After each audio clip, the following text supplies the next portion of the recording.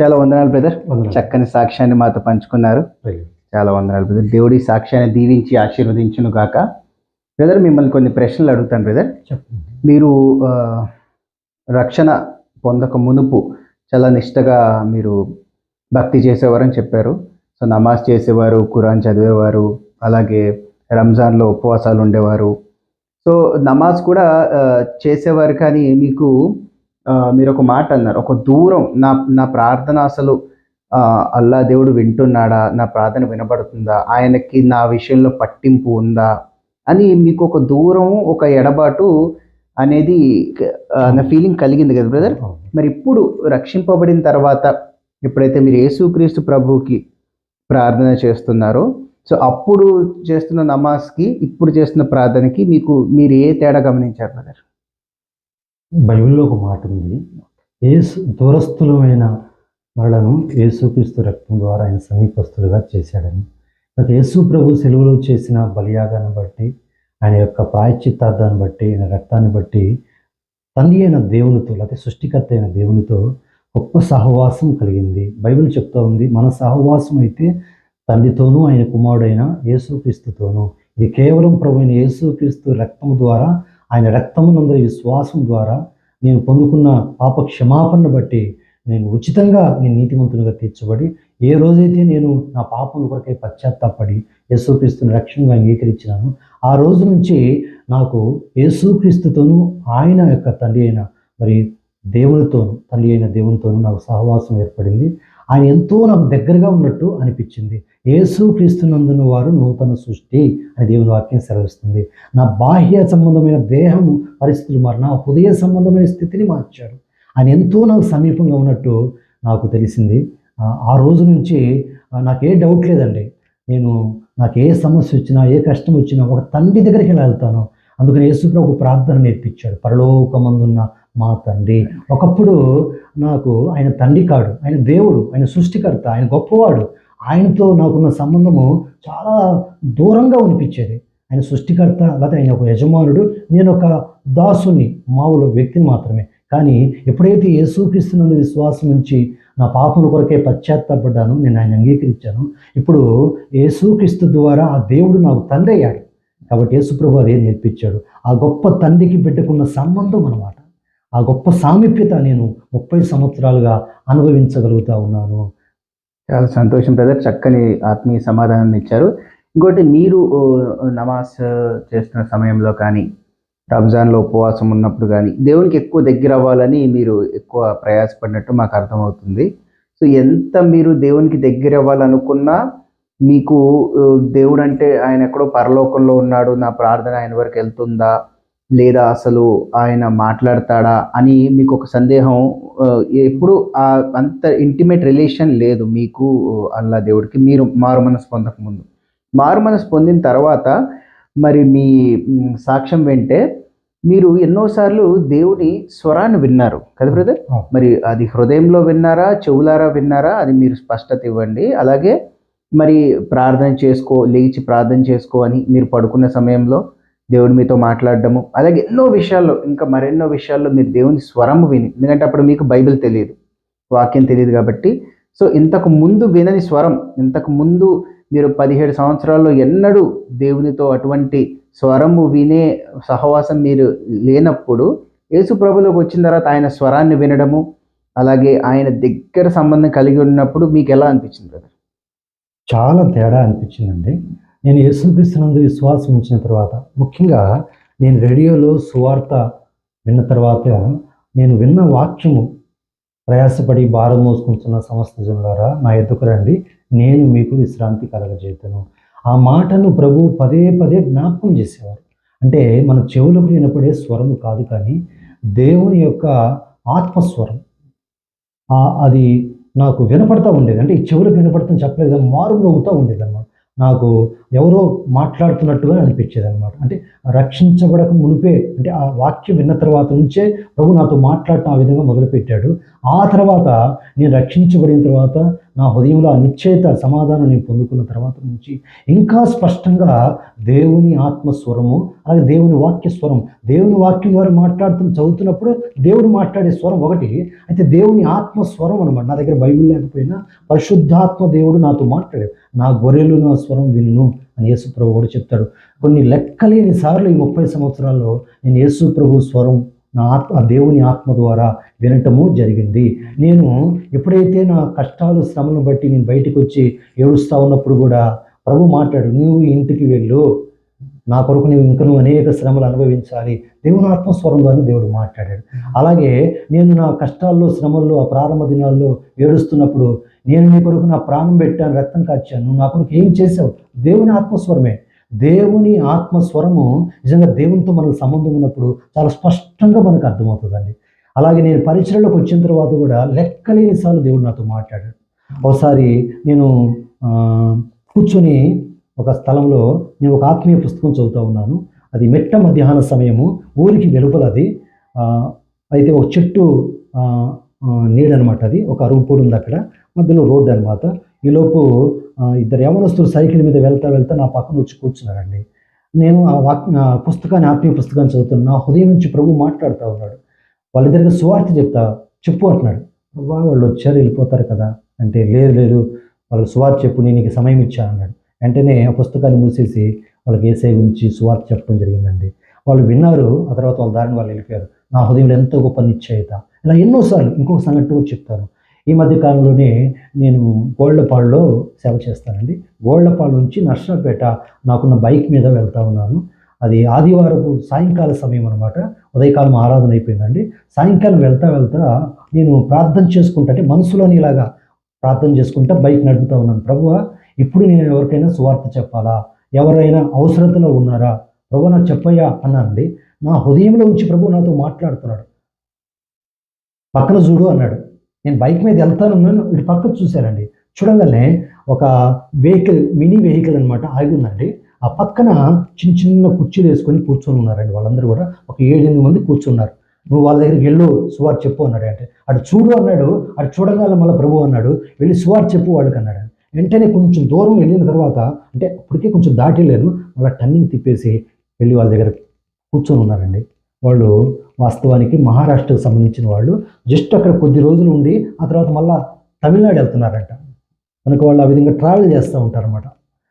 కనుక వాళ్ళకి హిందీ భాషలో నేను సువార్త చెప్పడం జరిగింది. వాళ్ళు చాలా హృదయంలో ఆనందించారండి. నా మాటలు విన్నారు, ప్రార్థన చేయించుకున్నారు. నేను భూమి మీద మరల వాళ్ళని భూమి మీద కలుసుకుంటాను లేదు నాకు తెలియదు, కానీ ఒకరోజు వాళ్ళని పరలోకం కలుసుకుంటానని నేను చెప్పగలనండి. అనేక సందర్భాల్లో లెక్కలేని సార్లు దేవుని యొక్క ఆత్మస్వరాన్ని నేను విన్నానండి. ఇంకో సందర్భం కూడా మీకు చెప్తాను. నా ప్రారంభ దినాల్లో కూడా అప్పుడు పూర్తికాల సేవలోకి రాకపోయినా సేవలో సహకరిస్తూ ఉండేవాడిని. ఒకరోజు మరి దేవుని మందిరంలో ఆరాధన వర్తమానము చెప్పవలసి ఉన్నది. ఆ రోజు సేవకులు నాకు ముందే చెప్పారు, ఈరోజు నువ్వు ఆరాధన వర్తమానం ఇవ్వాలంటే.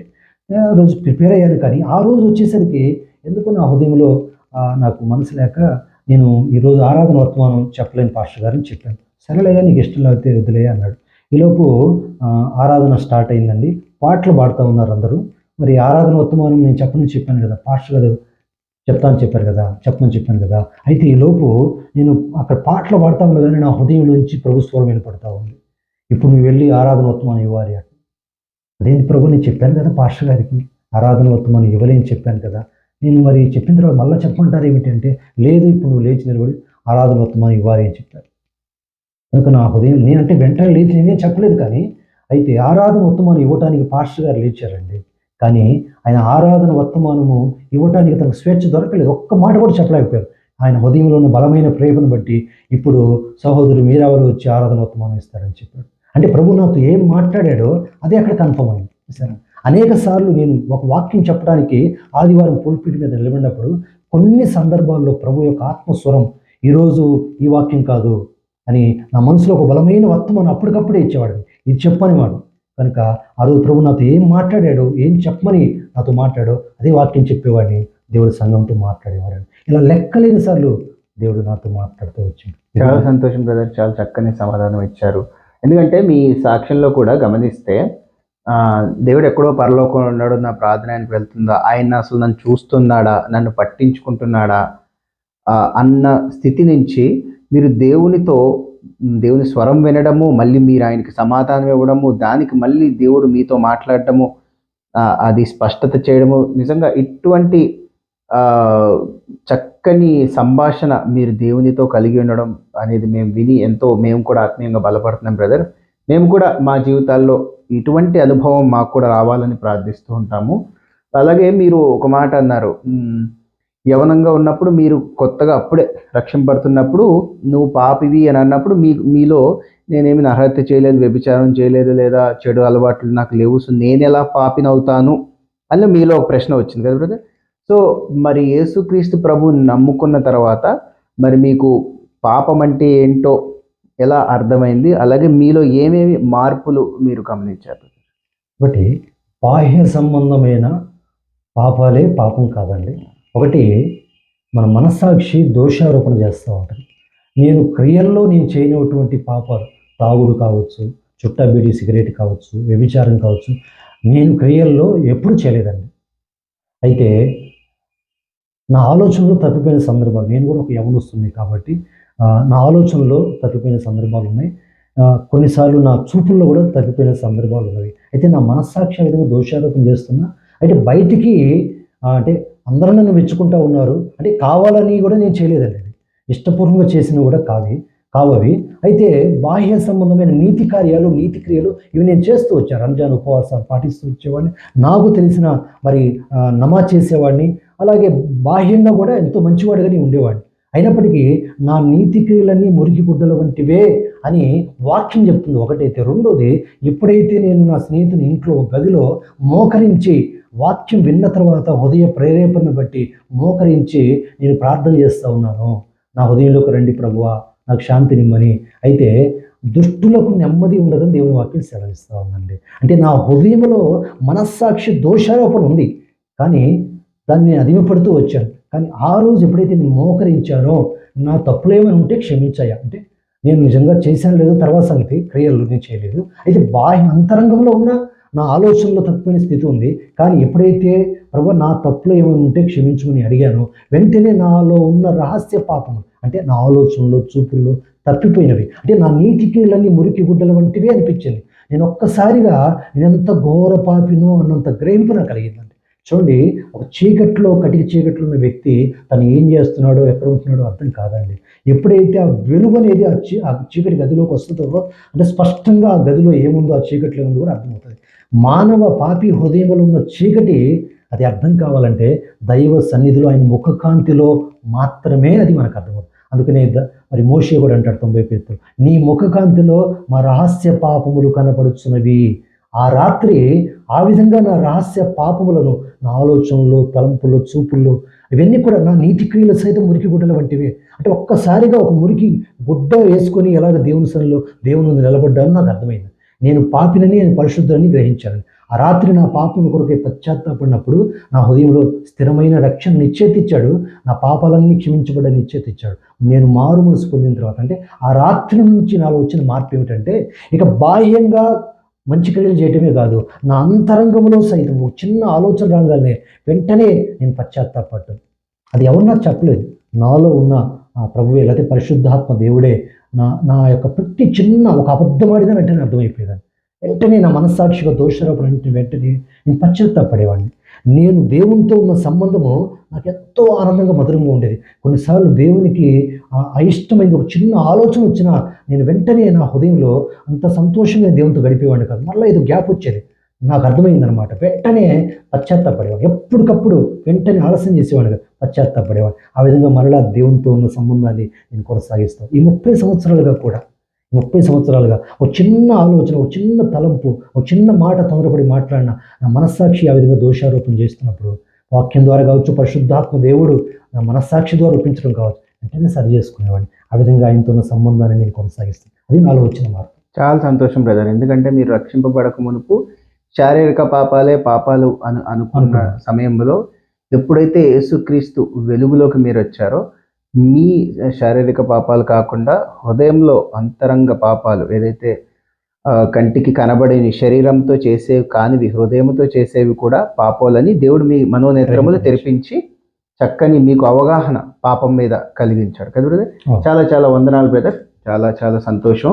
అలాగే ఇక్కడ మనం చూస్తే మీకు 6 సంవత్సరాలు ఉన్నప్పుడే మీకు మరణం గురించి, మరణం తర్వాత మన పరిస్థితి ఏంటి, ఎటు పోతాము, నరకానికి వెళ్ళిపోతామా, పరలోకానికి అసలు వెళ్తామా అన్న ఆలోచనలు మీకు అంత చిన్న వయసులోనే కలిగాయి కదా బ్రదర్.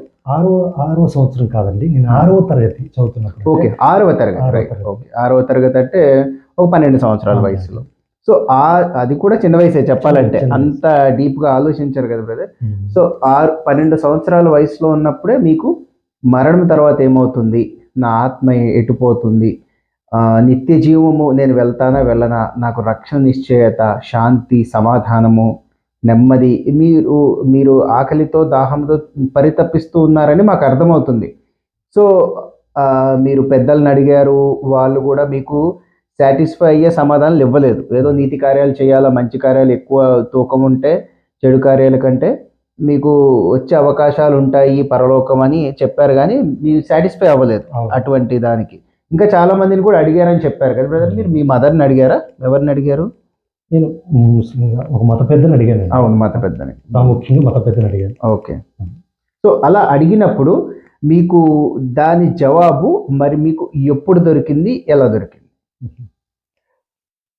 ఎప్పుడైతే ప్రభువైన యేసుక్రీస్తునందు నేను విశ్వాసం ఉంచానో, ఆ రాత్రి సువార్త విన్న తర్వాత నేను ఆ గదిలో ఎప్పుడైతే నేను మోకరించి ప్రార్థన చేశానో, నా పాపను కొరకే పశ్చాత్తాపడ్డాను, యేసుక్రీస్తుని రక్షకునిగా నేను అంగీకరించాను.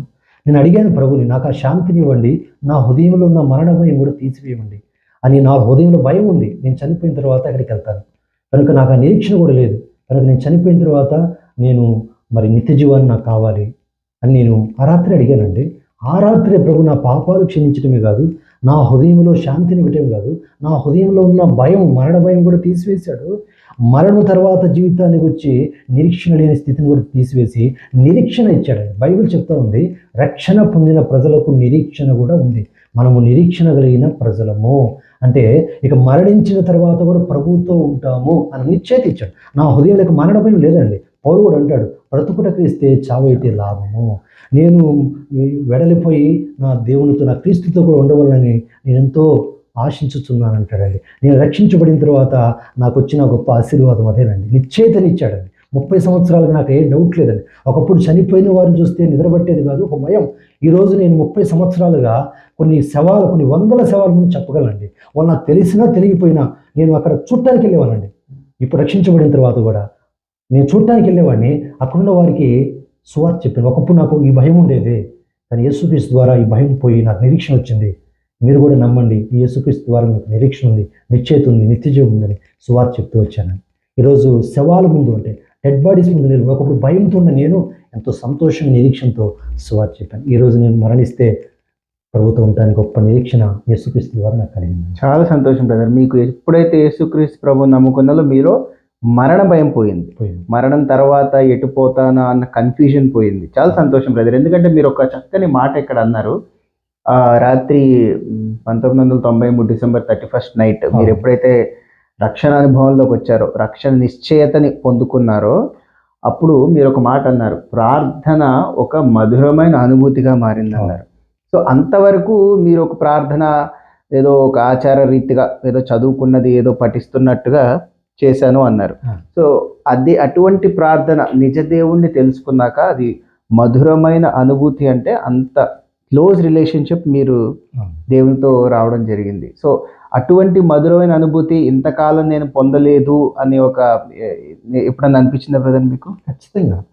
ఎందుకంటే సుప్రభుని ఎరగకమునుపు, జదేవుని ఎరగకమునుపు నాకు తెలిసిన భక్తి మతాచారాలు నేను చేస్తున్నప్పుడు నా హృదయంలో ఉన్న వేదన నమాజ్ చేయటమే కాదు, కొన్ని సూరాలను అలవాటుగా వలించడమే కాదు, వ్యక్తిగతంగా కూడా నేను నేర్చుకుంటాము అలాగే ప్రార్థన చేసేవాడిని. అయినా సరే నా హృదయంలో ఆ సమాధానం కానీ, ఆనందం కానీ, అనుభూతి కానీ నాకు కలిగేది కాదు.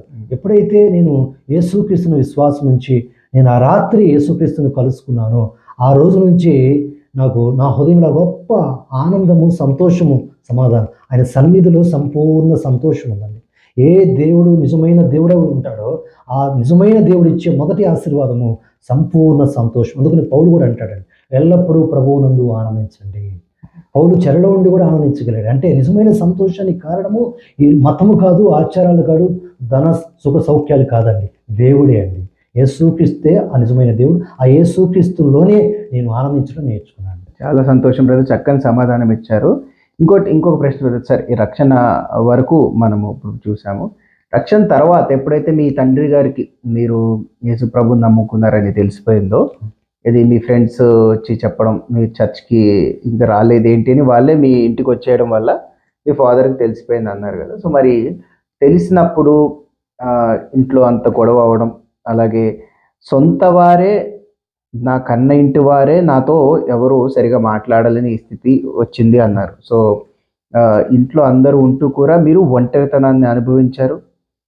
తర్వాత అందరూ ఫ్యామిలీ మెంబర్స్ అందరూ కనబడిన ప్రతి ఒక్కరు మీకు క్లాస్ తీసుకోవడం, తిట్టడం. సో మీరు అందరూ ఒకవైపు, మీరొక్కరు ఒకవైపు అయిపోయారు, అంతే కదా బ్రదర్?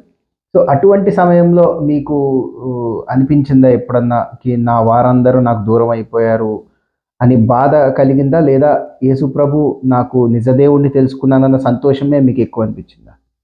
అంటే సహజంగా వచ్చే బాధ ఏమిటంటే, ఇంటి వారందరూ, బంధువులు, స్నేహితులు నాతో ఎవరు మాట్లాడట్లేదే, అందరూ దూరంగా ఉంటున్నారే, నన్ను దూరం చేశారే అన్న ఒక భౌతిక సంబంధమైన బాధ ఉన్నప్పటికీ కూడా ఆత్మ సంబంధంగా నా హృదయంలో గొప్ప సంతోషం. ఎందుకంటే ఒకప్పుడు అందరూ నాతోనే ఉన్నారు, కానీ నా హృదయంలో నిజమైన సంతోషము ఎవరు ఇవ్వలేకపోయారు. నా మతం ఇవ్వలేదు, నా ఆచారాలు, మా పెద్దలు, మా బంధువులు, స్నేహితులు వాళ్ళందరూ ఉన్నప్పుడు కూడా నా హృదయంలో ఒంటరితనం అనుభవించాను. కానీ మనుషులు ఈరోజు నన్ను ఒంటరివారు చేసి అందరూ దూరం అయిపోయారు. కానీ నిజమైన సృష్టికర్తను దేవుని ఎరిగిన తర్వాత నా హృదయంలో నా ఆత్మ సంబంధంలో ఒంటరితనం పోయిందండి.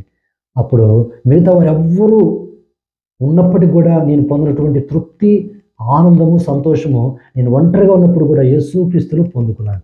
కనుక నాకు ఏ బాధ లేదండి, వాస్తవం ఆత్మసంగా ఏ బాధ లేదండి.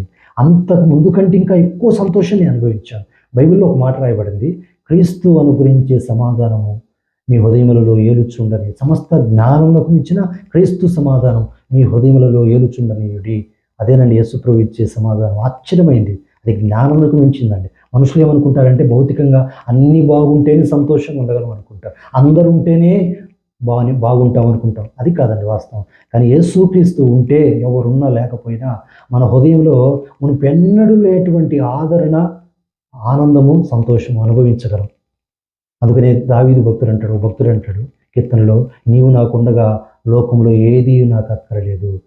ఈ లోకంలో వాస్తవానికి నేను అన్నీ విడిచిపెట్టేశానండి దాదాపుగా. అంటే లోకరీతిగా, భౌతికంగా నేను క్రీస్తును సంపాదించుకున్నాను. ఈరోజు నేను ఇదే చెప్పగలను, మరలా నాకు అన్ని దేవుడు ఇచ్చాడు, కానీ నేను ఏదైనా పోగొట్టుకుంటాను, కానీ ఆ యేసుక్రీస్తుని పోగొట్టుకొని నేను బ్రతకలేనండి.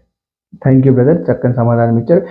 ఇంకొక సందర్భంలో మీకు మత పెద్దలు అందరూ మీ ఇంటికి వచ్చి గొడవ చేయడం, మీ ఫాదర్ని తిట్టడం, మీ ఫాదర్ మిమ్మల్ని తిట్టడం, మీ మదర్ ఏడవడం, కుటుంబం అంతా అశాంతి, నెమ్మది లేనితనం, గొడవలు, ఏడుపులు.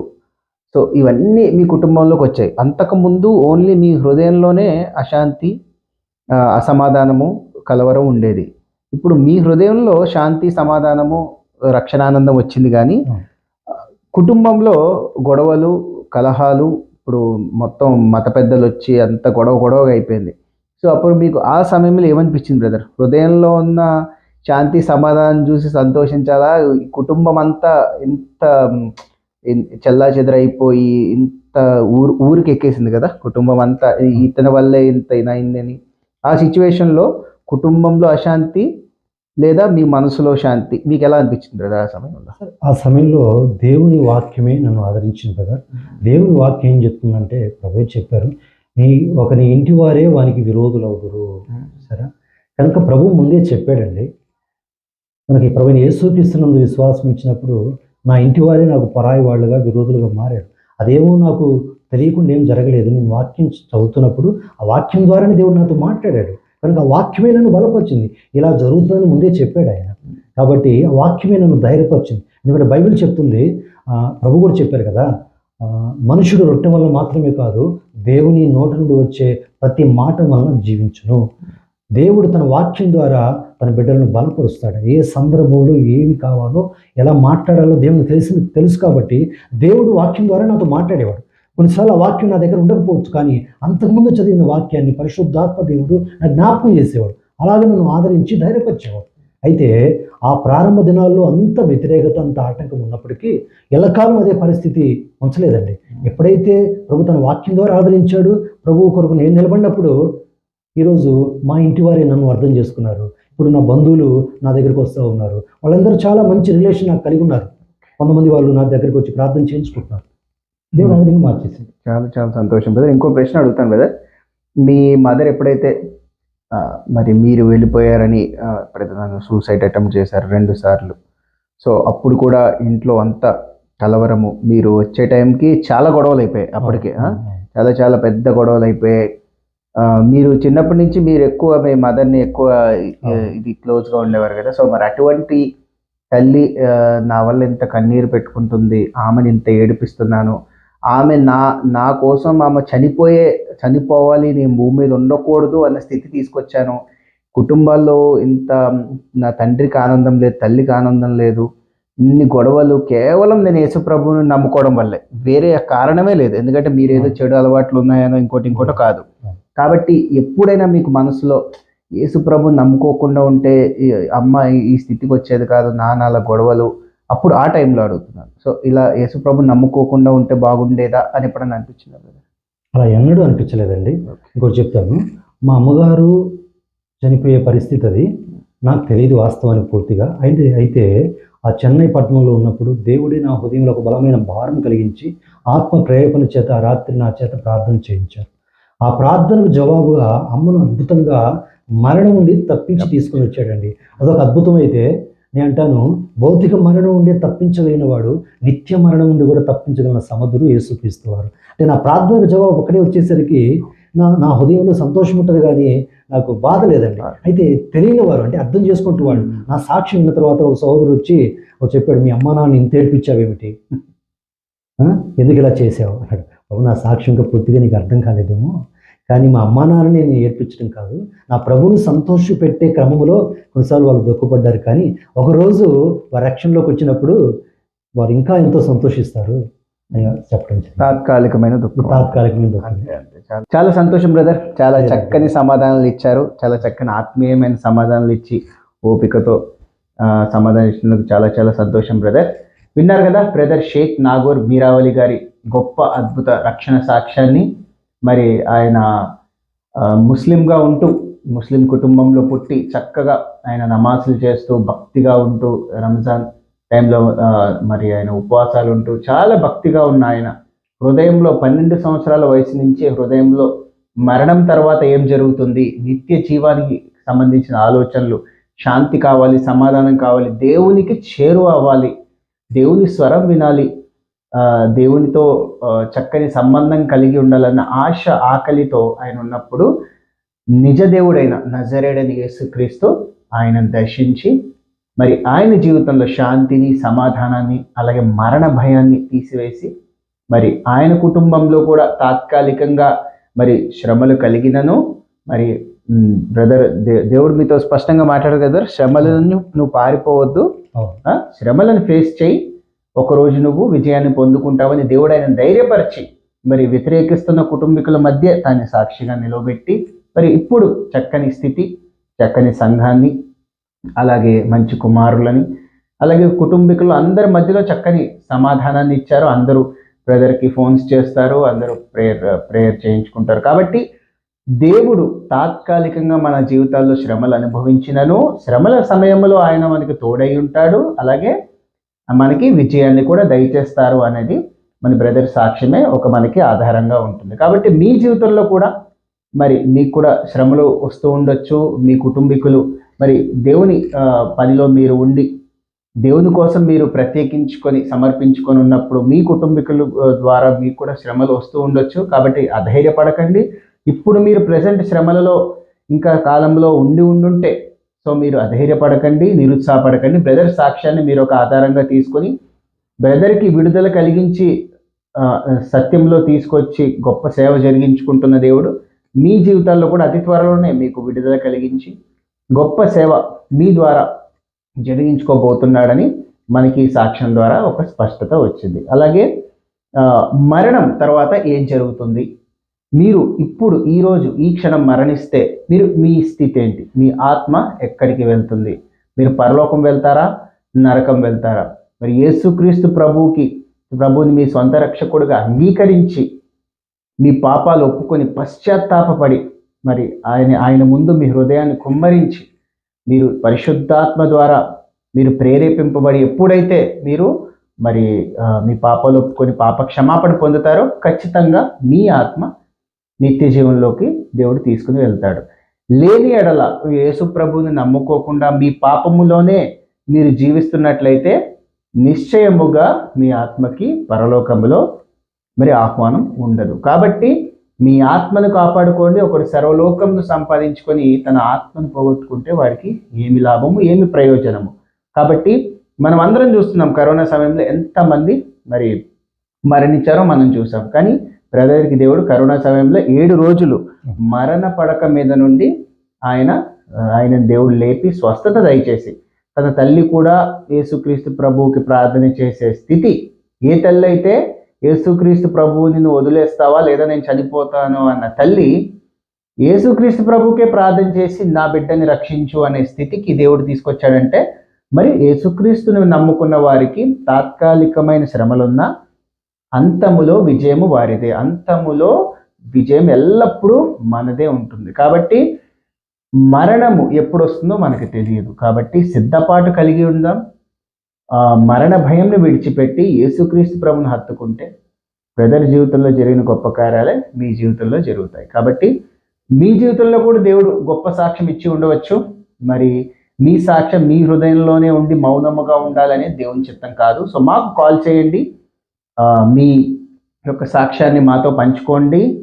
మా ద్వారా దేవుడు ఎంత గొప్ప కార్యాలు చేశారో మనందరం కలిసి దేవుని మహిమపరుద్దాం. ఎన్నో ఆత్మలు రక్షింపబడటకు మన సాక్ష్యం కారణంగా ఉండాలని ప్రార్థించుకొని ప్రార్థనాపూర్వకంగా మీరు కూడా రావాల్సిందిగా మనవి చేసుకుంటూ, షేక్ నాగూర్ మీరావలి గారి సాక్ష్యాన్ని దేవుడు దీవించి ఆశీర్వదించి ఆయన పరిచర్యను, ఆయన సంఘాన్ని ఇంకా అత్యధికముగా సేవ ఆయన ద్వారా దేవుడు జరిగించుకోవాలా.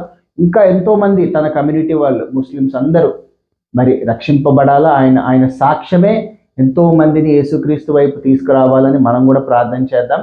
ఆయన కుటుంబం, ఆయన బ్రదర్ ఎంత ధైర్యం చేసి మరి తన సాక్ష్యం చెప్తూ ఉండగా ఆయనకి సంపూర్ణ రక్షణ దేవుడు కలుగు చేయాలని, శారీరక రక్షణ దేవుడు కలుగు చేయాలని, అలాగే ఆత్మీయంగా కూడా తన చిన్న కుమారుడు కూడా సంపూర్ణ రక్షణలోకి తీసుకురావాలని, ఆయన కుటుంబం అంతటిని దేవుడు భద్రపరిచి క్షేమంగా ఉంచాలని ప్రార్థిస్తూ మరి ఈ సాక్ష్యాన్ని ముగిస్తున్నాం. అందరికీ praise Lord Jesus. Praise lord.